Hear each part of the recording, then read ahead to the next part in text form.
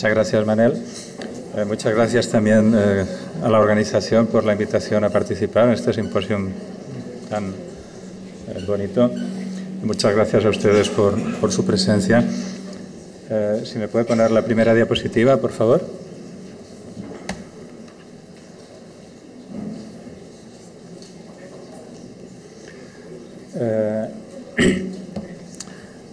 Me toca hablar de los aspectos novedosos y criticables de las guías. Esto parece una invitación a enmendar la plana a los autores de las guías, así de entrada, y quiero comentar que nada más lejos de mi intención hacer esto.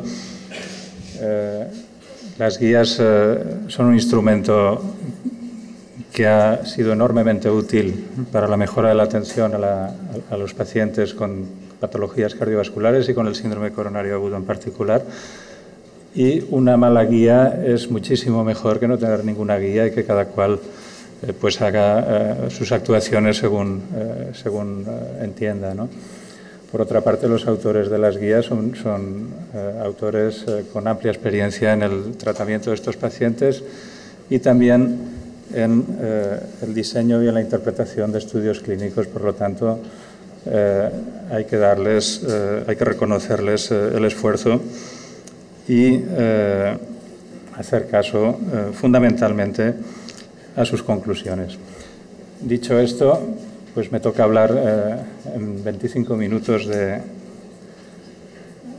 los aspectos criticables de las guías y eso es lo que intentaré hacer. No sé si hablaré de 20 puntos, quizás son un poco menos, pero alguno de ellos tiene ramificaciones, o sea que más o menos por ahí irá. Esto es como una partida de dominó, parece. Las guías son las europeas y las americanas, las que todos les hacemos más caso, y han ido saliendo en los últimos años pues las 4 guías de síndrome coronario agudo de las dos sociedades, las europeas de síndrome coronario agudo sin elevación del ST en 2011, al año siguiente las americanas, las europeas de infarto en 2012 y las americanas han salido este año. Quiero recordarles también que la mayoría de ustedes conocen, la Sociedad Española de Cardiología ha publicado unos artículos de comentario pues, a las guías europeas de infarto con elevación del ST y de síndrome coronario sin elevación del ST. Algunas de las puntualizaciones que yo comentaré acto seguido coinciden con las expresadas en estos artículos.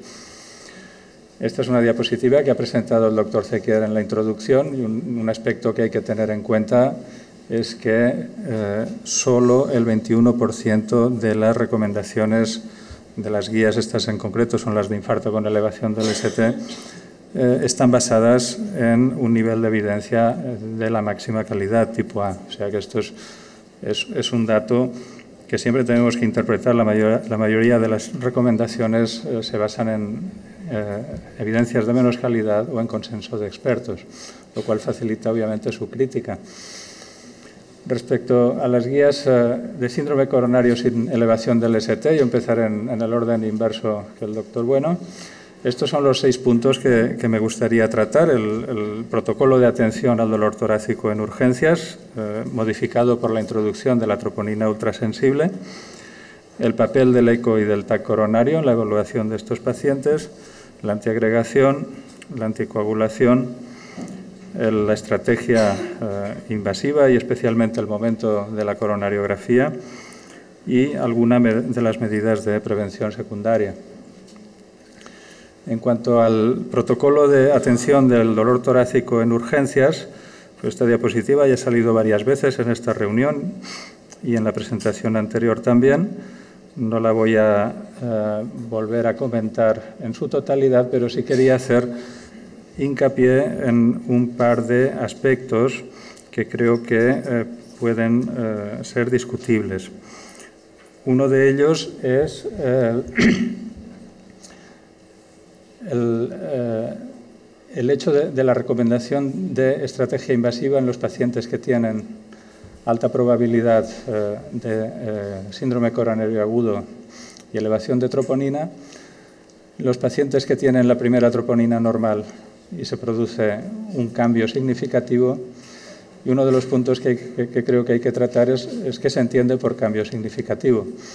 Lo que dicen los autores de las guías es que uno de los dos valores esté por encima del valor superior de la normalidad, y esto yo creo pues, que es un aspecto que merece, que tiene sus limitaciones, ¿no?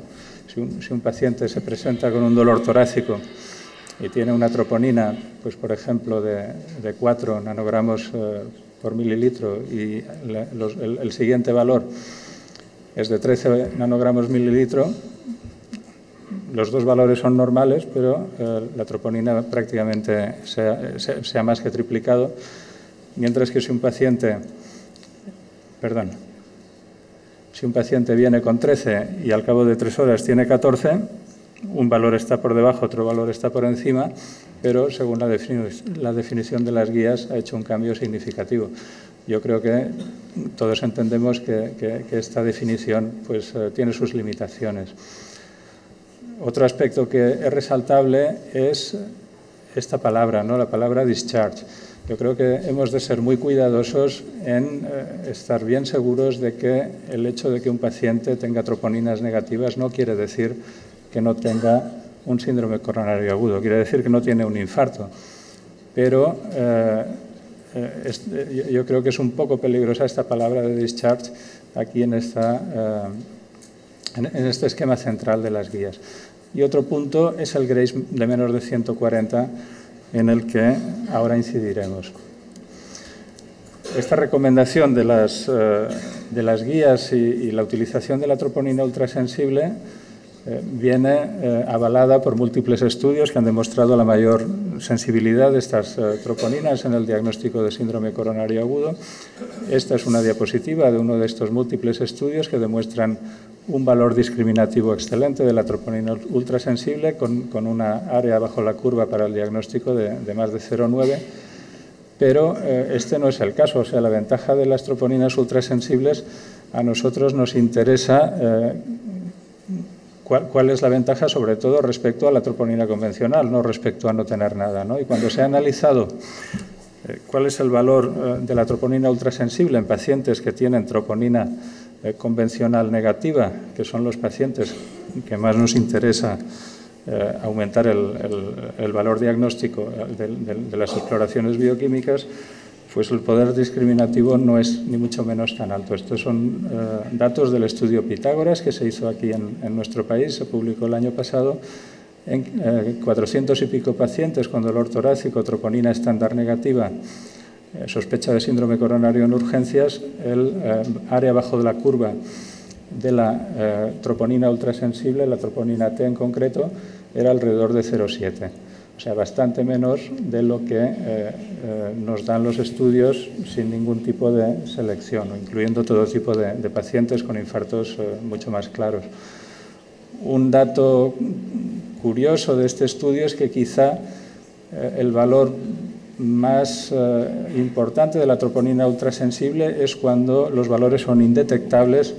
La probabilidad de un síndrome coronario agudo era bajísima y esto podría ser pues un dato prometedor de estas troponinas. Sin embargo, obviamente requeriría una confirmación en estudios hechos a tal efecto.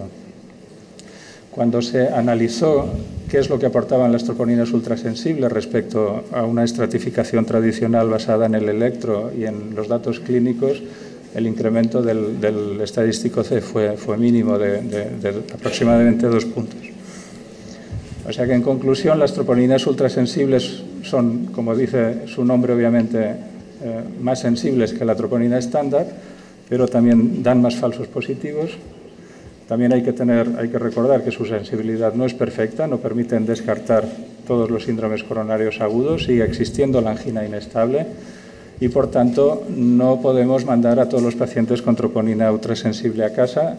Esto no evita la necesidad de hacer test no invasivos en algunos casos, y hay que recordar en este sentido, y también de acuerdo con lo que dicen las guías, que la escala Grace no es una escala para evaluar pacientes con dolor torácico en urgencias, es una escala para pacientes con síndrome coronario agudo, y es un poco peligroso, yo creo, tomar decisiones respecto al manejo de los pacientes basadas en la escala Grace en este subgrupo de pacientes con dolor torácico, electronormal y troponina negativa, porque nos podemos equivocar.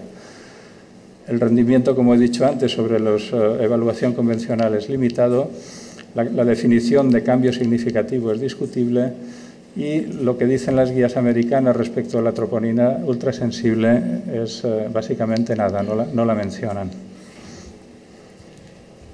Los dos siguientes puntos, el eco y el TAC coronario, ya los ha mencionado el doctor Bueno. Obviamente, hacer un eco es muy bueno, da una información muy importante y si se tiene la posibilidad de hacerlo, todos estamos de acuerdo, pues que no tienen ningún problema y es altamente deseable. Sin embargo, en algunos hospitales existen problemas logísticos para hacer un eco.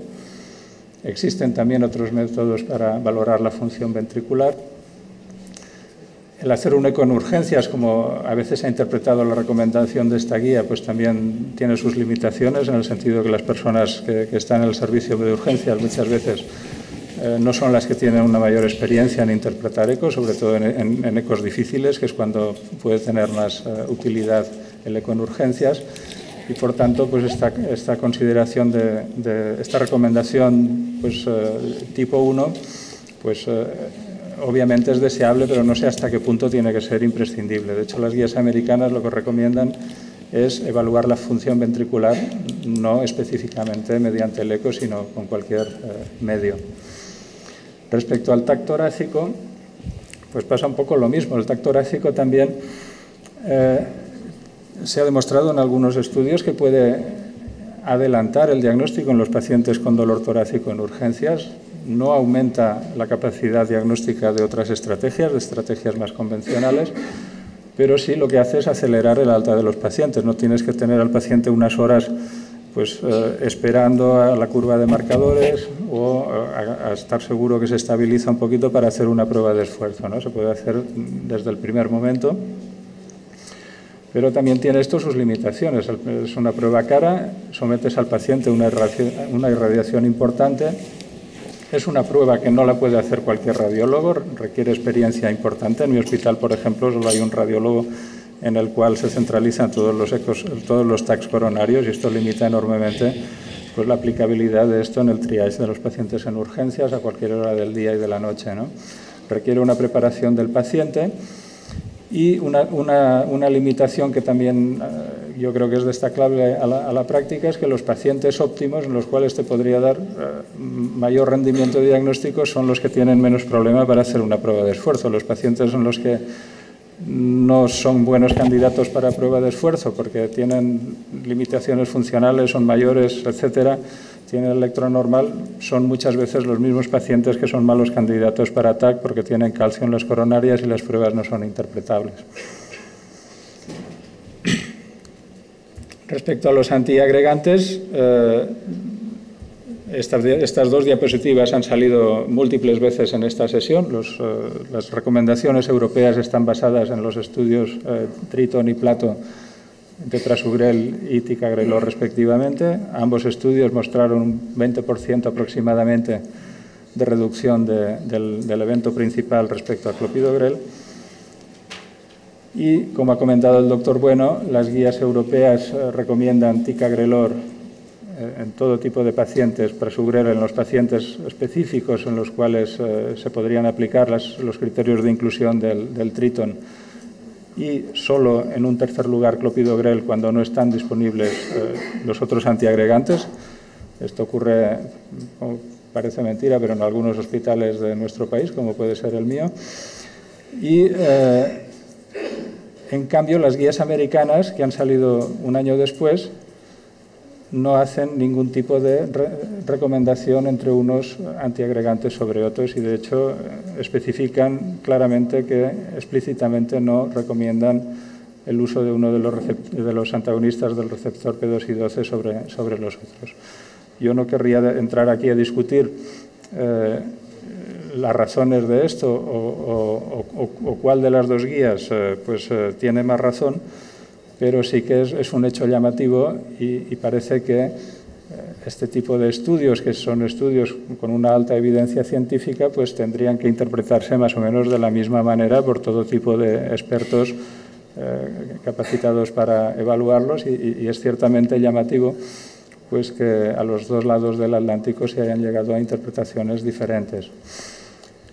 Respecto a la recomendación en los diabéticos, que se pone entre paréntesis respecto a Prasugrel en las guías europeas, esto viene dado por un análisis de subgrupos del estudio Triton, en el cual hubo una magnitud del beneficio pues, mucho más importante en los pacientes diabéticos que en los no diabéticos tratados con Prasugrel, pero esto también ocurrió en el estudio Plato en los pacientes tratados con ticagrelor, en los pacientes con una hemoglobina glicada elevada versus los pacientes que no la tenían, y como ha ocurrido también con otro tipo de antiagregantes, como por ejemplo con los anti-2B3A, en los cuales múltiples estudios y análisis de subgrupos han mostrado que a mayor los pacientes diabéticos se benefician más de un régimen antiplaquetario más potente, sea este cual sea. Respecto a los anticoagulantes, también hay una recomendación muy clara en las guías europeas de recomendar Fondaparinux sobre los otros anticoagulantes. De hecho, dicen que hay que dar Fondaparinux con una recomendación 1A, enoxaparina cuando no hay Fondaparinux en el hospital y heparina no fraccionada cuando no hay Fondaparinux ni enoxaparina. Y después hay una recomendación también de bivalirudina con anti-2B3A solo en casos seleccionados que hiciera falta, sobre un régimen basado en la combinación de heparina y anti-2B3A en los pacientes a los cuales se va a hacer un cateterismo precoz con intención de hacer una intervención percutánea. Esta recomendación de Fondaparinux viene del estudio ASIS-5, que es un estudio un poco antiguo del año 2006, en el cual los pacientes con síndrome coronario agudo sin elevación del ST recibieron o bien enoxaparina o bien Fondaparinux, y se vio que a los 9 días tenían un endpoint de eventos trombóticos exactamente igual. Sin embargo, los pacientes tratados con Fondaparinux sangraron significativamente menos que los tratados con enoxaparina. Sin embargo, este estudio, que tenía pues, sus criterios de calidad, también tenía algunas limitaciones. Por ejemplo, hubo un cambio a lo largo del estudio en los criterios de inclusión. Los grupos no estaban totalmente balanceados en la proporción de uso de heparina no fraccionada durante el estudio, bolos de heparina.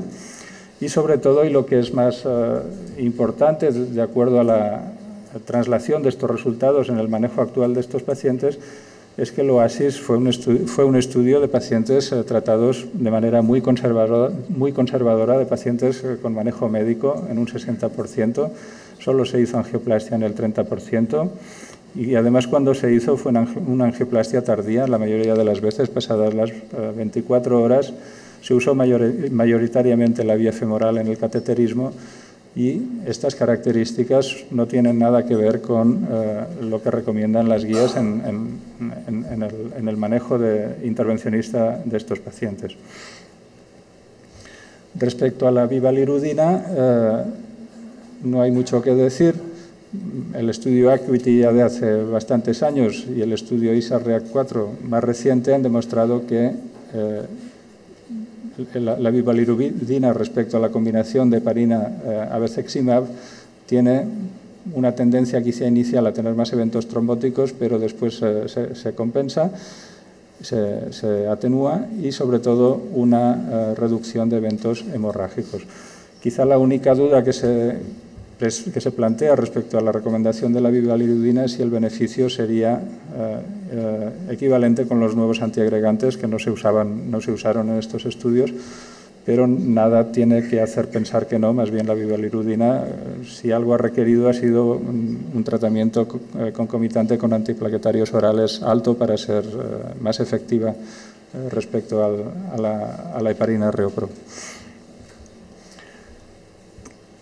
En las guías americanas son muchísimo más laxas respecto a la anticoagulación, no dan una recomendación, prácticamente se puede usar cualquier anticoagulante, excepto que la bivalirudina se reserva una estrategia invasiva, pero por el resto son muchísimo más laxos respecto a sus recomendaciones.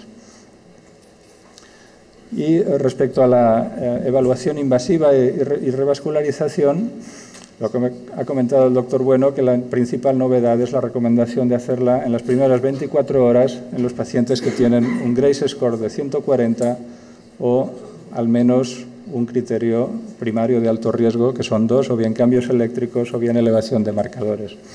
Esto viene con una recomendación 1A, pero como ha comentado también el doctor Bueno, solo hay un ensayo clínico que ha evaluado ha comparado una estrategia precoz versus una estrategia no tan precoz, y además los resultados de este ensayo clínico no han sido positivos, han sido neutros. O sea que yo creo que es un poco criticable el hecho de que se dé una evidencia tipo A a esta recomendación. Obviamente, si un paciente tiene una escasez, pues no está mal hacerle un cateterismo precozmente, pero yo no estoy tan seguro si hay que mover cielo y tierra para hacérselo en las primeras 24 horas sí o sí, con el nivel de evidencia que tenemos. El estudio TIMAX randomizó a 3.000 pacientes con síndrome coronario agudo sin elevación del ST a una estrategia en las primeras 24 horas o una estrategia tardía, más allá de las 36 horas, a angiografía y revascularización. El endpoint primario fue muerte, infarto o ictus a los 6 meses. Como ha enseñado antes el doctor Bueno, este endpoint hubo una tendencia no significativa, un beneficio con la tendencia invasiva.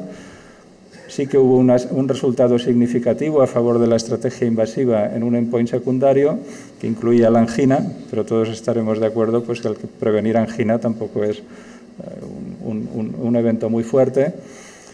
Y la recomendación de hacerlo en los pacientes con un Grace score de 140 viene de un análisis de subgrupos. Hubo seis análisis de subgrupos preespecificados en este estudio, todos estos que hay aquí y la diabetes, que no sale en la gráfica, por cierto, y hubo una mejoría significativa en los pacientes con un Grace de más de 140.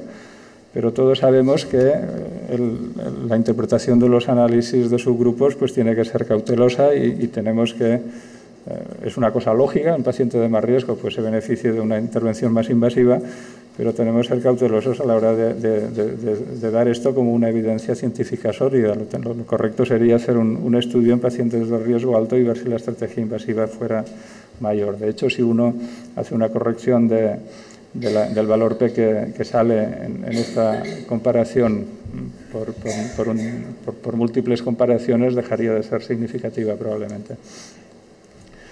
O sea que yo creo que esta recomendación, sinceramente, creo que es un poco discutible desde el punto de vista metodológico con la evidencia que hay. Es un poco simplista. Por ejemplo, todo anciano que venga con un dolor sugestivo de angina y electronormal, según esta recomendación, requeriría hacer un cateterismo en menos de 24 horas. Ciertamente es una recomendación que puede tener muchas repercusiones en el manejo de estos pacientes y quizá no todas positivas. Finalmente, respecto a la prevención secundaria, los betabloqueantes antes estaban recomendados, es lo único que comentaré, en los pacientes con disfunción ventricular. Ahora esto se ha bajado a menos de un 40%. Tampoco ha habido grandes cambios en la evidencia respecto a las últimas guías para poner este 40%. El estudio Capricorn tenía un criterio de inclusión de 40% de fracción de eyección, quizá vino de aquí, pero sabemos desde hace muchos años que los betabloqueantes son buenos en pacientes después de un infarto y yo no sé si un paciente que tiene una disfunción ventricular, aunque no sea severa, pues toda esta evidencia en decenas de miles de pacientes desde muchos años atrás, pues tiene que ser desconsiderada y considerar solo útiles los betabloqueantes con grados severos de disfunción ventricular. Y finalmente, respecto a las guías con elevación del ST, aquí hay menos puntos. El fundamental es la estrategia de reperfusión. La estrategia de reperfusión ya se ha comentado antes, que tanto en las guías europeas como en las guías americanas consideran la angioplastia primaria claramente de elección, y esto es totalmente correcto, todos estaremos de acuerdo que es una estrategia superior a una estrategia basada en trombolisis y después una angioplastia primaria. Aquí quizá lo que este número de 120 minutos pues probablemente es bueno desde el punto de vista de la población global de pacientes con infarto. Tenemos que recordar que son 120 minutos desde el primer contacto médico hasta que se abre la arteria, no hasta que el paciente cruza la puerta del hospital receptor. Y yo la única salvedad que le pondría a esta recomendación, que también sale en las guías americanas, es que quizá pues es un poco simplista, quizá es una simplificación excesiva. A lo mejor no se puede individualizar más, pero te gustaría, ¿no?, sabiendo la fisiopatología del infarto, que ya en los primeros minutos empiezan a morir células y que al cabo de poco más de 60 minutos la mayor parte del miocardio pues, está muriendo, y que después también modelos hipótesis que se han planteado y que después se ha confirmado, como esta diapositiva clásica del doctor Gers, que sugiere que el retraso en las primeras horas cuando se está muriendo el miocardio es mucho menos aceptable que el retraso cuando la mayor parte del miocardio ya está necrótico, y que esto se ha confirmado en estudios observacionales de gran tamaño de 192.000 pacientes, otra diapositiva clásica. No todos los pacientes toleran el mismo retraso de la reperfusión. Los pacientes que llevan menos tiempo de reperfusión les estamos haciendo un flaco favor si esperamos mucho tiempo a reperfundirlos. En cambio, los pacientes que llevan mucho tiempo de isquemia, pues no pasa nada por perder un poco más de tiempo. También los pacientes ancianos no es lo mismo que los pacientes jóvenes respecto a lo que podemos esperar en cuanto al beneficio de la reperfusión. Y el tamaño del miocardio amenazado es otro factor fundamental. O sea que en un extremo tenemos un paciente joven con un infarto anterior y una hora de evolución de los síntomas. Este 120 minutos probablemente es excesivo respecto a lo que queremos hacer, que es salvar miocardio y mejorar el pronóstico del paciente. En cambio, un paciente de 80 años con un infarto inferior y 5 horas de evolución, pues probablemente podemos esperar 120 y 180 y no pasa nada. Esto es muy difícil de plasmar en las guías porque requieren atenciones más o menos rápidas, automáticas casi, pero pues ciertamente a veces tienes la impresión de que algunos pacientes no se benefician del todo con una angioplastia primaria tardía. Se hizo hace poco este estudio que ha salido después de las guías, que casi todos ustedes conocerán, el estudio STREAM, para evaluar el efecto de una trombolisis precoz en los pacientes que se presentan pronto, en las primeras 3 horas de evolución, y que a los cuales no se les puede hacer una angioplastia rápida. Los pacientes eran aleatorizados a trombolisis y traslado a un hospital con sala de hemodinámica para hacer angioplastia de rescate, o bien una estrategia farmacoinvasiva, una angioplastia tardía a partir de las entre 3 y 24 horas del dolor, o bien a traslado directo para angioplastia primaria. Y el problema de este estudio es que se vio que los pacientes de más de 75 años sangraban excesivamente, de manera que cuando llevaban un 20% de pacientes reclutados se tuvo que disminuir la dosis de TNK a la mitad para soslayar este efecto negativo. Todo y así, el resultado del estudio fue neutro, no hubo una diferencia significativa en ambas estrategias, hubo una tendencia a un menor número de eventos, un evento combinado de varias cosas, como se puede ver aquí con la estrategia farmacoinvasiva.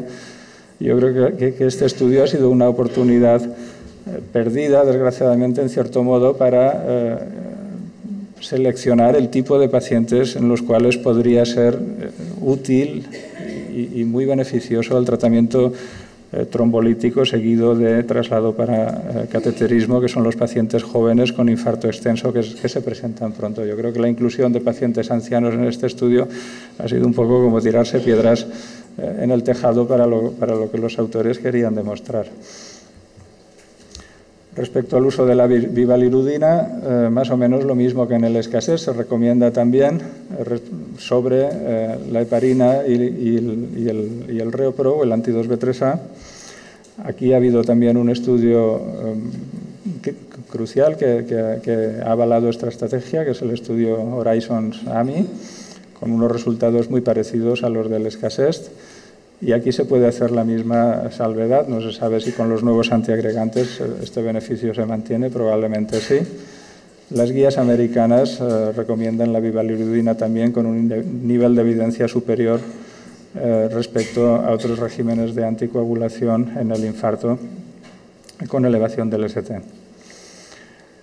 Y un problema importante que se presenta y que tratan las guías con infartos, los pacientes que necesitan anticoagulación por otros motivos, porque llevan prótesis, porque están en fibrilación auricular. Lo que recomiendan es una cosa de sentido común, que se pongan stents convencionales en estos pacientes para que no requieran una antiagregación muy prolongada. Y también recomiendan con un tipo de recomendación 1, los pacientes que tengan una indicación clara de anticoagulación oral, por ejemplo, fibrilación auricular con el nuevo score, el CHAS-VAS, mayor o superior a 2, o con prótesis, se haga una triple terapia mientras se requiera la doble antiagregación. Estos resultados han sido desafiados por los resultados del estudio BOST, que se publicó después de que las guías, y que, como ustedes saben, comparó la triple terapia versus la anticoagulación oral y un solo antiagregante, clopidogrel, en pacientes que se trataron con stent y que requerían anticoagulación oral por prótesis o fibrilación auricular. Y lo que vio es que la estrategia de un solo antiagregante unido a la anticoagulación oral era beneficiosa en cuanto a la reducción de eventos hemorrágicos y en cuanto también a la reducción de eventos trombóticos, probablemente porque cuando los pacientes sangraban se suspendían los antiagregantes y entonces se infartaban. En nuestro medio también ha habido estudios para intentar ver cuál puede ser la mejor estrategia. Este es el registro música que se hizo de manera multicéntrica en nuestro país para ver qué se hacía con estos pacientes. También las 3 estrategias: triple terapia, un anticoagulante y un antiagregante, o doble terapia antiagregante sin anticoagulación. Puede verse como lo que acompañaba las hemorragias era fundamentalmente la presencia de la anticoagulación, lo que se asociaba a más hemorragias, y como un resultado sugestivo de este estudio es que los pacientes que tenían bajo riesgo tromboembólico, los pacientes que tenían un CHAS menor de 2, menor o igual a 2, tratados solo con doble antiagregación, tenían pocos problemas fundamentalmente, tenían poco sangrado y tenían poca trombosis del stent, pocos eventos cardiovasculares. Esto ha hecho que los autores de este estudio, cuya investigadora principal, la doctora Sambola, trabaja en nuestro hospital, están ahora llevando a cabo un ensayo clínico aleatorizado que compara la triple terapia versus doble antiagregación en pacientes con fibrilación auricular a los que se les pone un stent y que tienen un riesgo tromboembolítico medio-bajo, con un CHAS menos o igual a 2. Por lo tanto, esta estrategia de la triple terapia no sabemos lo que durará, de momento es la que se recomienda, pero hay estudios que sugieren que las cosas puedan cambiar. Y este es el último punto, que es un punto que no es novedoso, pero aquí sí que estoy convencido que las guías europeas no son correctas.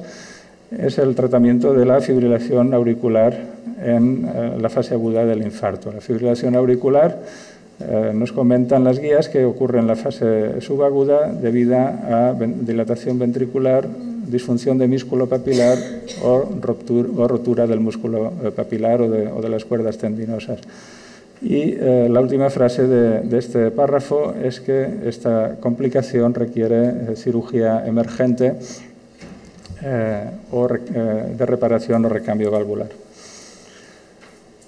Esta recomendación yo creo que es clara cuando lo que ocurre es una rotura del músculo papilar. Son pacientes que muchas veces tienen infartos relativamente poco extensos, función ventricular conservada, toleran fatal la fibrilación auricular, que se produce abruptamente, entran en shock inmediatamente si no se operan de emergencia se mueren, muchas veces no llegan a la mañana siguiente, incluso con soporte hemodinámico.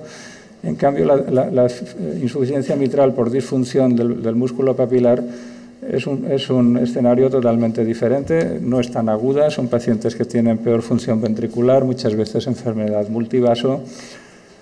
Es un fenómeno dinámico, a veces se asocia a episodios isquémicos y aquí muchas veces el tener paciencia, el intentar revascularizar percutáneamente todo lo que se pueda, son pacientes de muchísimo riesgo quirúrgico. Aquí pueden ir mejor las cosas con un manejo más conservador, cosa que no consideran las guías europeas y que sí consideran, por ejemplo, las guías americanas. Nosotros hemos visto, pues son pacientes que se llevan mucho a la discusión, que dan mucho a la discusión, pero hemos tenido pacientes con insuficiencias mitrales por disfunción severas que con paciencia y tratamiento antiisquémico y revascularización percutánea pues al final ha desaparecido, ha pasado a ser un grado 1 al cabo de días o de semanas. O sea que esto no es sistemáticamente necesario operar a estos pacientes, yo creo. Y finalmente, y para relajar un poquito la cosa, ayer el doctor Díaz, que me parece que no está aquí, comentó que Madrid tiene cosas bonitas, pero no tenía las playas de Huelva. También les comentó que Huelva tiene cosas bonitas, pero no tiene el Valle de Ordesa. Muchas gracias por su atención.